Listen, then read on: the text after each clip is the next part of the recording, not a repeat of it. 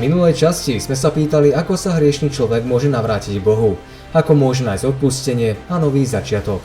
Hovorili sme o tajomstve pokánia, o dare, ktorý otvára cestu k slobode, pokoju a novému životu.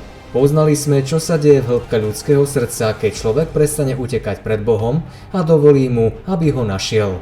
Uvedomili sme si, že pokánie nie je o odsúdení, ale o návrate domov, do bezpečia otcovej náruče, kde začína nový príbeh znovuzrodenia. Spolu sme prežili cestu od viny k odpusteniu, od odlúčenia k návratu domov. Boh je pripravený obnoviť srdce človeka a dať mu nový život. V Kristovi ponúka nové stvorenie, staré pominulo a všetko sa stáva novým. Ak chcete viac porozumieť, ako Duch Svätý vedie človeka k pokániu a ako sa v ňom otvára brána k novému životu, pozrite si 9. časť série QA. Skôr ako pôjdeme ďalej, zoznám sa s projektom John Bible, ktorý ti ponúka okrem iného náhľad do teológie a apologetiky, stručne a jasne. Pozri si príbeh Evanjelia o bytosti z nebies, ako si ho ešte nevidel. Ponor sa aj do histórie reformácie a krutého prenasledovania kresťanov. Ako to naozaj bolo? Potvrdzujú archeologické objavy neomylnosť Biblie? Kráčal Boh uprostred Izraelitov? A čo tematika dinosaurov? Odkiaľ sa vzali? Videli ich ľudia na vlastné oči? Neprehliadni príbehy ľudí o tom, ako sa stretli s Kristom. Alebo je to azda iba výmysel? Poznáš význam okultných symbolov v hudobnom priemysle? Zapredali svoju dušu diablovi? A nehovor mi, že veríš na mimozemšťanov. Čo ak však skutočne existujú a znamenia vo svete poukazujú na ich falošný príchod a koniec sveta? Chceš nájsť odpovede na tieto otázky? Tak nezmeškaj sériu QA, kde ich spolu nájdeme. Vypočuj si aj hudbu a poznaj, že Boh má všetko vo svojich rukách. Prihlás sa k odberu, aby si nezmeškal žiadne ďalšie video. Dnes sa zameriame na ďalší krok, na vyznanie, ktoré je kľúčom pochopeniu podstaty skutočného kresťanského života. Čo to znamená, prečo je také dôležité a akú úlohu má v skutočnom obrátení. Spolu odhalíme, ako vyznanie vedie človeka k rozhodnutiu otvoriť dvere, na ktoré Kristus klope a vykročiť cestou za ním. V tomto kroku hriešnik nachádza pravú cestu k Bohu a volí vzťah s ním. A práve tu sa vyznanie stáva kľúčom, ktorý otvára srdce Božej milosti a zatvára dvere za starým spôsobom života. V úprimnom priznaní viny sa človek stretáva s Kristovou krvou, ktorá očisťuje, a s Otcovou láskou, ktorá ho prijíma späť k sebe a otvára mu bránu do večnosti, do obnoveného vzťahu s ním.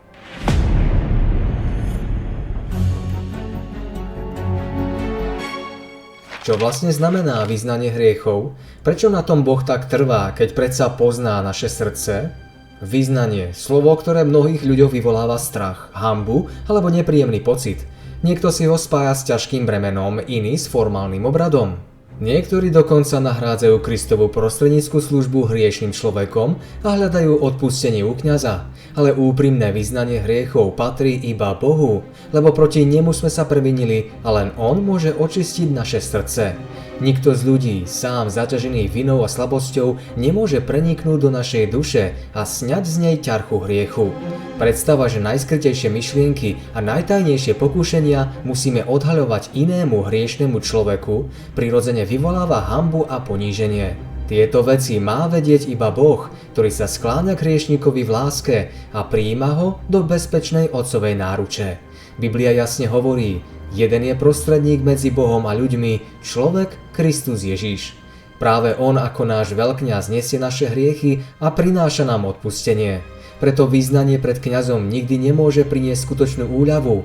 Len Kristus môže sňať z duše bremeno viny a dať nám pokoj. A predsa sú aj takí, ktorí si myslia, že nemajú čo doznávať, pretože ich zatvrdené srdce ešte nepochopilo, aká ťažoba hriechu na nich leží. Your sins. I don't have any sins to confess. Are you serious? My only sin, and it's an enormous one, is that my conscience does not accuse me of anything. Ale čo ak je vyznanie v skutočnosti darom, cestou k slobode a k obnovenému vzťahu s Bohom? Nie je práve ono znamením, že odpustenie je bližšie a jednoduchšie, než si myslíme? Podmienky Božej milosti podľa písma sú jednoduché, spravodlivé a rozumné. Pán od nás nežiada nič ťažké, aby nám boli odpustené hriechy. Hovorí, ten, kto zakrýva svoje previnenia, nebude mať úspech. Kto ich však vyzná a opustí, dôjde milosrdenstva.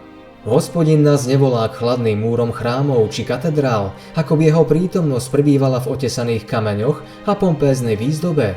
Nemusíme v nich pátrať po Bohu, lebo on si zvolil za svoj príbytok živý chrám v srdci človeka. Nemusíme podstupovať dlhé, únavné púte ani mučivé prejavy pokánia, ktoré by nám sprostredkovali Božie milosrdenstvo alebo odčinili naše prestúpenie. Kráľ neba od nás nežiada, aby sme sa s odretými kolenami modlili k mŕtvým sochám, kládli dôveru do krížov z dreva či kovu, alebo uctívali nemé symboly, ktoré nepoznajú život. Každý, kto vyzná a zanechá svoje hriechy, nájde odpustenie. Apoštol píše, vyznávajte si navzájom hriechy a navzájom sa modlite za seba, aby ste sa vyliečili.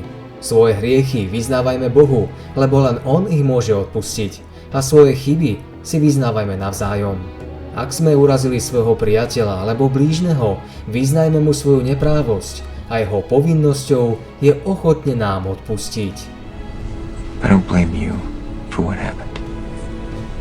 Potom prosme Boha o zmilovanie, lebo ranený brat patrí jemu a keď ublížime jemu, hrešíme vlastne proti jeho stvoriteľovi a vykupiteľovi. Prípadu sa ujíma jediný pravý prostredník, náš slávny veľkňaz, ktorý cíti s našimi slabosťami a má moc očistiť nás od každej poškvrny a neprávosti. Tí, čo sa uznaním viny nepokorili pred Bohom, nesplnili prvú podmienku prijatia. Bez skloneného srdca niet cesty k milosti, lebo Boh sa pyšným protiví, ale pokorným dáva svoju priazeň. Ak sme neokúsili zármutok, ktorý netreba ľutovať, ak sme v pravej pokore a skrúšeným duchom nevyznali svoje hriechy a nezošklívili si svoju neprávosť, nikdy sme úprimne nehľadali odpustenie. A ak sme ho nehľadali, nenašli sme ani Boží pokoj. Jediným dôvodom, prečo nám neboli odpustené minulé hriechy, je naša neochota pokoriť sa. Namiesto úprimného priznania ich často zatlkame, hľadáme výhovorky a obvinujeme každého iného, len nie seba. A tak zostávame viazaní vinou, ktorá nás oddeluje od Boha. Vyznanie hriechu, či už verejné alebo súkromné, však musí byť ochotné a úprimné, nikdy nie vynútené. Nemá sa diať ľahostajne a povrchne, no ani na silu od tých, čo si ohavnosť hriechu neuvedomujú. Nebojme sa prestúpiť pred Neho, pretože vyznanie, ktoré vychádza z hĺbky duše, nájde Boha nekonečného zľutovania. Wondering the whole time, do I tell him? How do I tell him? Blízky je Hospodin tým, čo sú skrúšeného srdca, pomáha tým, čo sú ubitého ducha. Pravé vyznanie je vždy konkrétne a pomenúva jednotlivé hriechy. Niektoré z nich možno vyznať len Bohu, iné sú nepravosťou voči blížnemu a tie treba priznať jemu. A ak sú hriechy zjavné pred viacerými, majú byť vyznané verejne. V každom prípade má byť vyznanie jasné, priame a pravdivé, týkajúce sa skutočných vín, ktorých sme sa dopustili. V Samuelovej dobe sa Izraelci prehrešili tým, že zavrhli svojho Boha ako kráľa a zatúžili po vláde človeka, aby sa podobali okolitému svetu. Odmietli dôverovať tomu, ktorý ich vyslobodil z Egypta, viedol cez púšť a daroval im zasľúbenú zem. Stratili vieru vo svojho vysloboditeľa a prestali sa spoliehať na jeho mocné a múdre vedenie. Už neverili, že obhájí a ochráni svoje dielo. Odvrátili sa od vládcu vesmíru a vybrali si cestu podľa vlastného srdca. Všemohúci bol ich kráľom a mal im zabezpečiť všetko, čo potrebovali, no oni sa odvrátili od svojho zákonodárcu a namiesto toho túžili byť ako pohanské národy okolo nich. Ich požiadavka na pozemského kráľa bola v skutočnosti odmietnutím Hospodina. Keď sa ľud odvrátil od Boha, aby si žiadal kráľa, bol to hriech, ktorý ich stál mnoho. Stratili pokoj, lebo opustili toho, ktorý bol ich jedinou ochranou. Svojím činom odmietli neviditeľného vládcu vesmíru, zanedbali vieru a poslušnosť a namiesto toho sa spoliehali na seba. Pokoj našli až vtedy, keď jasne vyznali, ku všetkým svojim hriechom pridali sme ešte i to zlo, že sme si žiadali kráľa. Bolo treba otvorene priznať hriech, z ktorého boli usvedčení, lebo nevďačnosť tiesnila ich duše a odlučovala ich od Boha. Vyznanie bez úprimného pokánia a nápravy Boh neprijíma. V živote musia nastať prenikavé zmeny a treba odstrániť všetko, čo Boha uráža. Taký bude dôsledok skutočného zármutku nad hriechom. Je teda zrejmé, čo sa od nás žiada. Umyte sa, očistite sa, odstráňte svoje zlé skutky spred mojich očí. Prestaňte zle robiť, učte sa dobre robiť. Priblížiť sa k hriechu čo i len v myšlienkach znamená vystaviť sa jeho nákaze. Každý, kto si dovolí hrať sa s pokušeniami, už podlieha moci satana.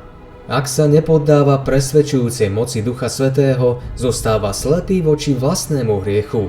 Pod vplyvom bezzákonnosti sa myseľ zatemňuje, svedomie otupuje a napokon už nevidí hriech v jeho pravom svetle, ako toho, ktorý rozbíja spojenie medzi Bohom a človekom. Prestáva vnímať odpor k zlu, pretože srdce sa s ním zmierilo. Nikto nemôže prísť do styku s hriechom a zostať nezranený. Každý dotyk s ním zanecháva jazvu na duši, rozkladá morálne sily a oslabuje odpor proti pokušeniu. Hriech sa nikdy nezastaví tam, kde ho človek prijal.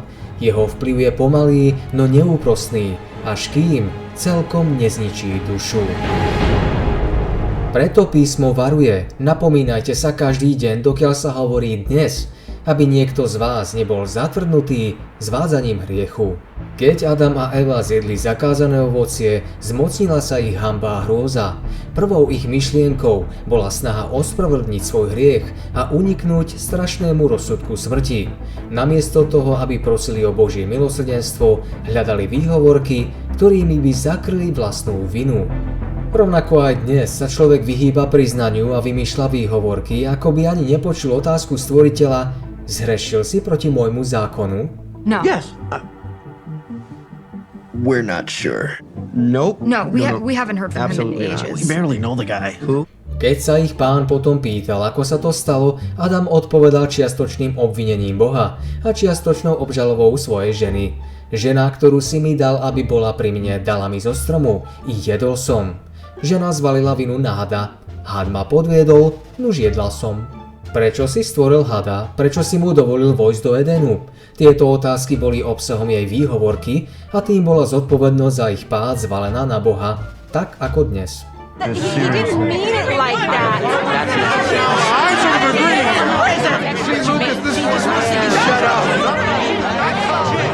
Duch výhovoriek a seba ospravedlňovania pochádza od otca lži a odtedy sprevádza celé ľudstvo. Adamovi synovia a dcéry sa zvyčajne nechcú vidieť ako hriešnici, radšej si hľadajú ospravedlnenia, aby zmenšili vlastnú vinu. We were just going for a walk. A walk at 9 p.m. To the lake.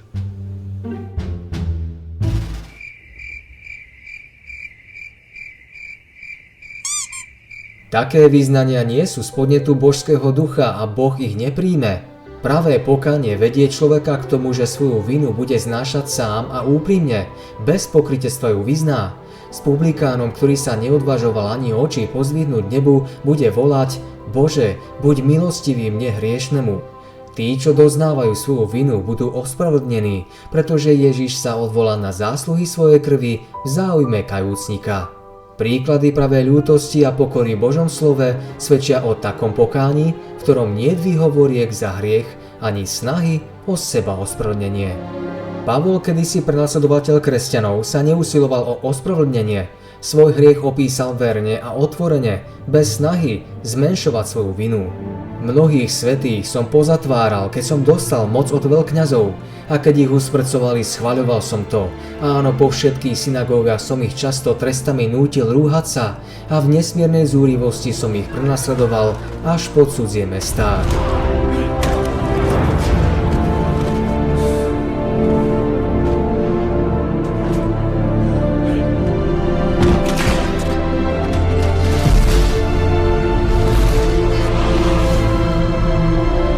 Neváhal vyhlásiť: Kristus Ježiš prišiel na svet, aby spasil hriešnikov, medzi nimi som ja prvý.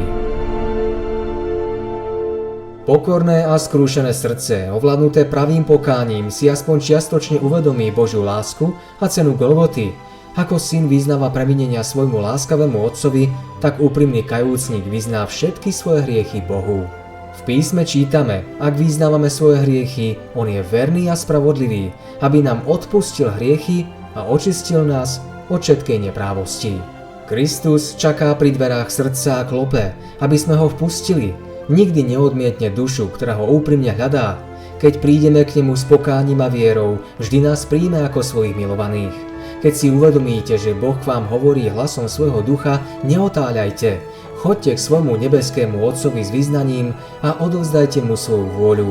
On vás príjme, odpustí vám a dá vám nový začiatok.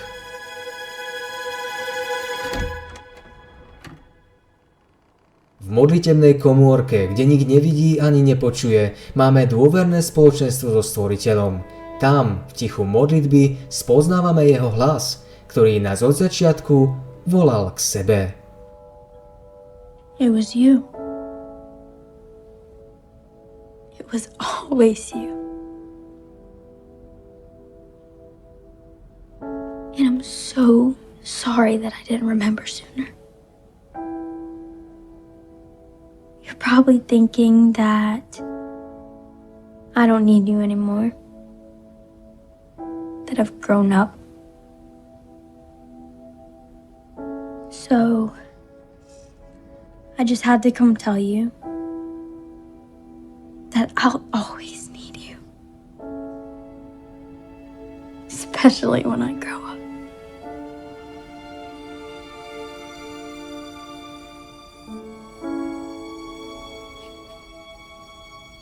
All I have to do is close my eyes,